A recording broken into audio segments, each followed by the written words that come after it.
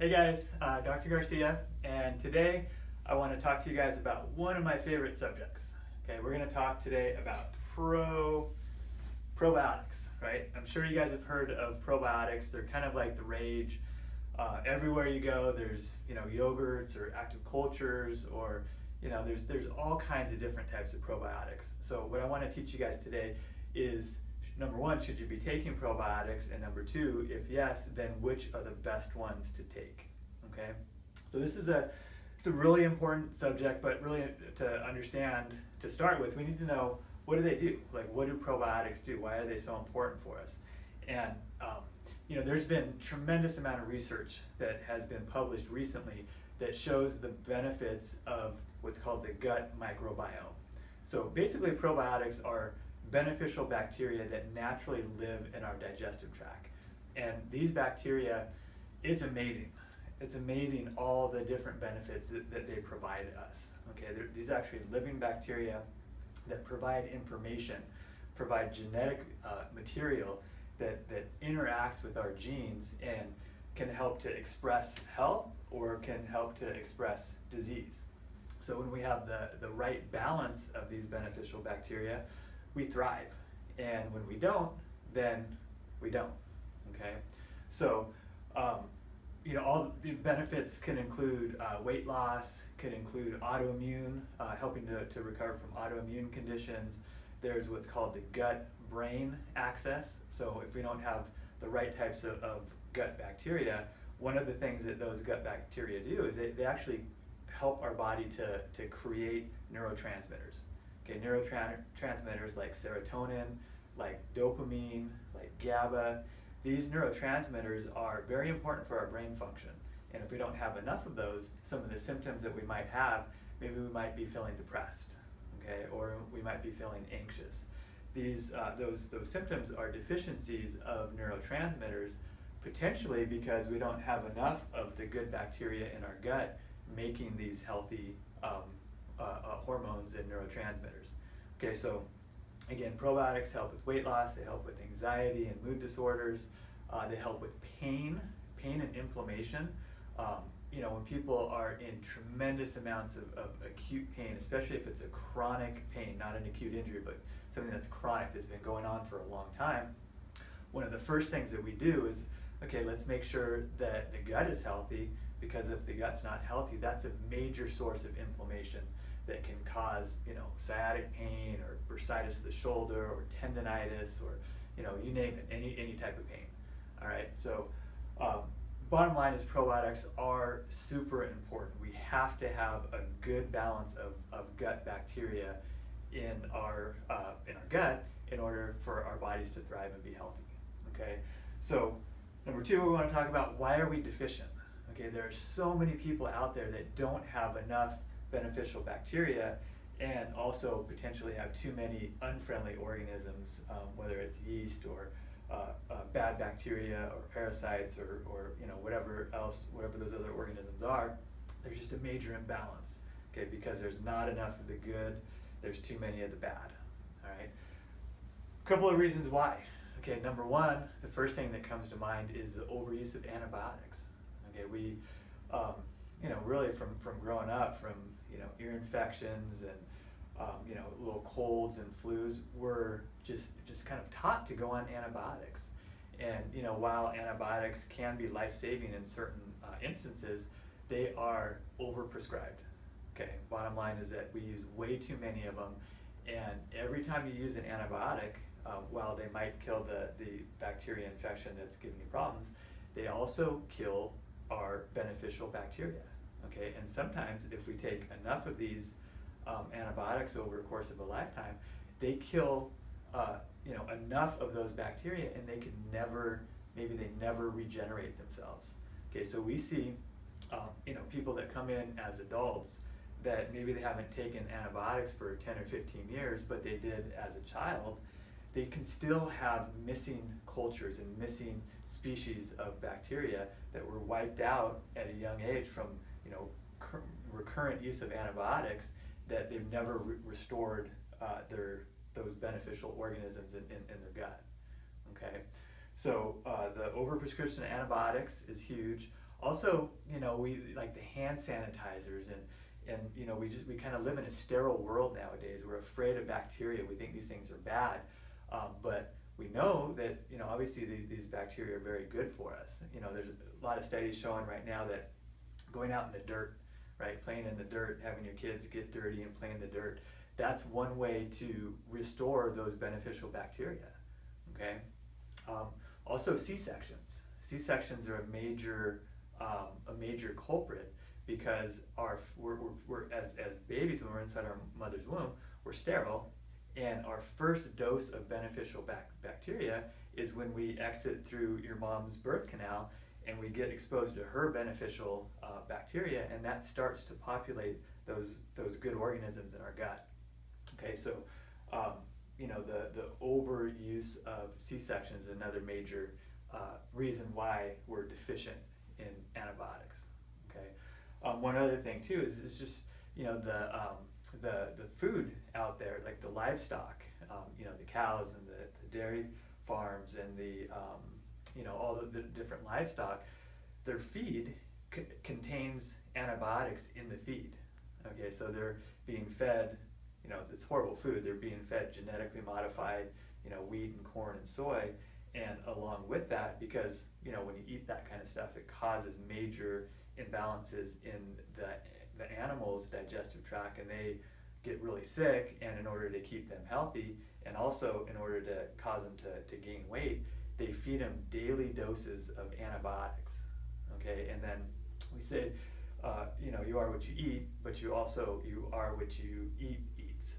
Okay, so if these if these animals are eating daily doses of bacteria, that's getting in our digestive tract too, and potentially wiping out our beneficial bacteria. Okay, so those are the reasons why we're deficient, why so many of us are deficient nowadays. Okay, now let's talk about the problems with most of the probiotics out there. Okay, because maybe you're taking a probiotic, maybe you've been taking one for years. If not, maybe at least you've heard about them. You've been wondering, like, should I take one? Is this the right thing to do? Okay. The problem with most probiotics out there, okay, is that number one, they don't contain all the different strains of bacteria. Okay, really, there's no probiotic out there that you can buy that you can package it or put in a powder that's gonna mimic, or that's gonna really restore all the bacteria that our body needs. We know there are thousands of different species of bacteria that live in our digestive tract, and really even the best probiotics out there might have 20 different species. They might have 20 billion cultures of one or maybe up to 20 different species. But again, we have thousands of different species in our digestive tract. Okay, so one specific probiotic isn't going to restore everything. Okay, that's the first problem. Second problem is most of the probiotics, especially the good ones out there, that people think, they go to the health food stores, they spend a lot of money for a healthy probiotic, and it's refrigerated, right? It's kept cold. It's they're live cultures, so you have to protect it. You have to keep these things alive and thriving. And the downside of the problem that I see with that, okay, is that our body temperature is 100 degrees. Okay, we're at 98.6 degrees is normal body temperature. Okay, so you take one of these probiotics out of the refrigerator, you pop it in your mouth, it heats up really quickly to 100 degrees, then it goes into your gut, into your stomach, which is where you have stomach acid. Stomach acid has a pH of 2, which is literally like battery acid.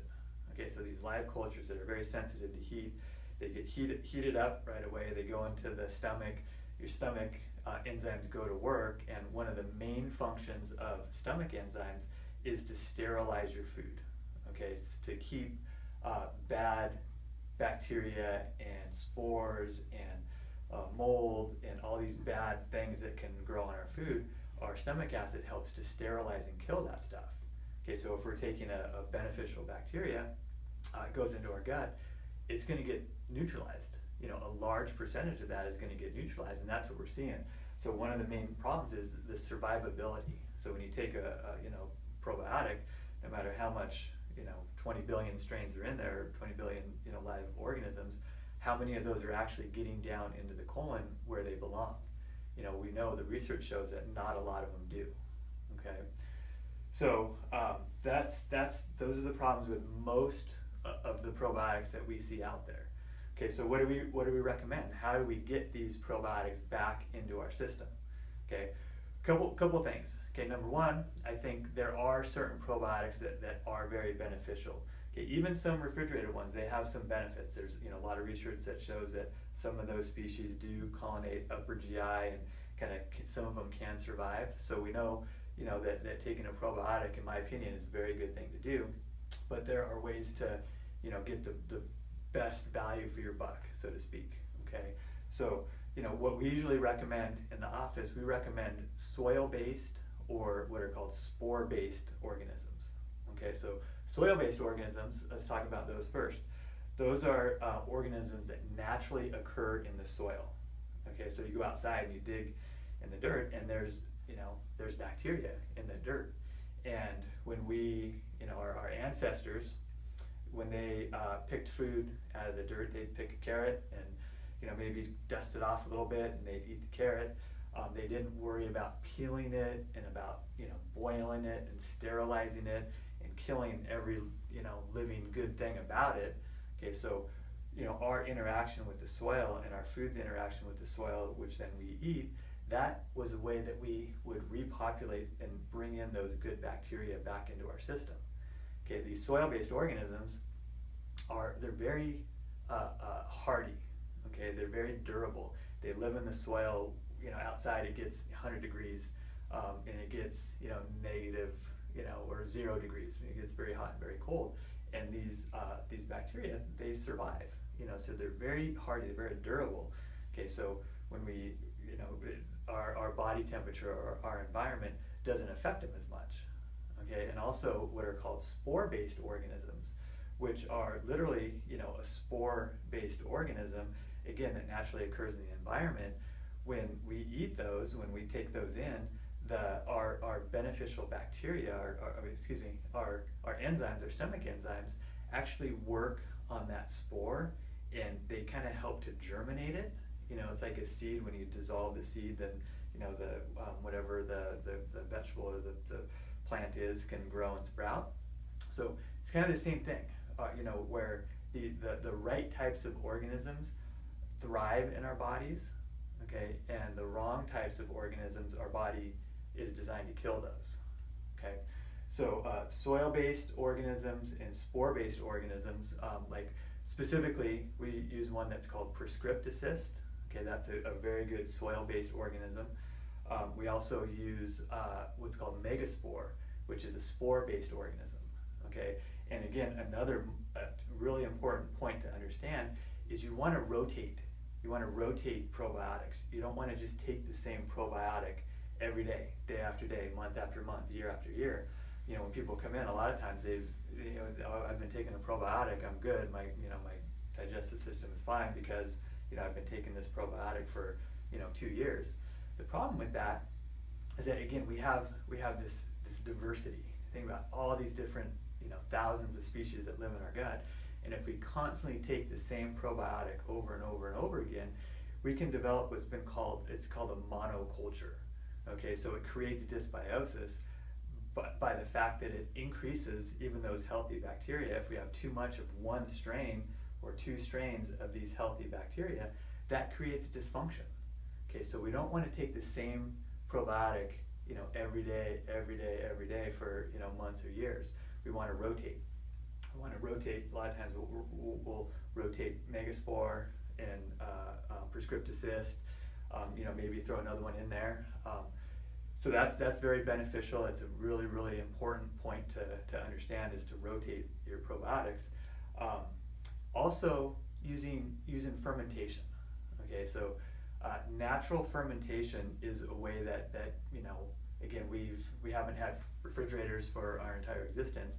Our ancestors, they just based on necessity, they had to ferment their food, and that natural fermentation grows those beneficial bacteria on it. Okay, and what we know is that the amount of bacteria that's in a fermented product is way more than in a probiotic that we buy on the store. Okay, even the good ones.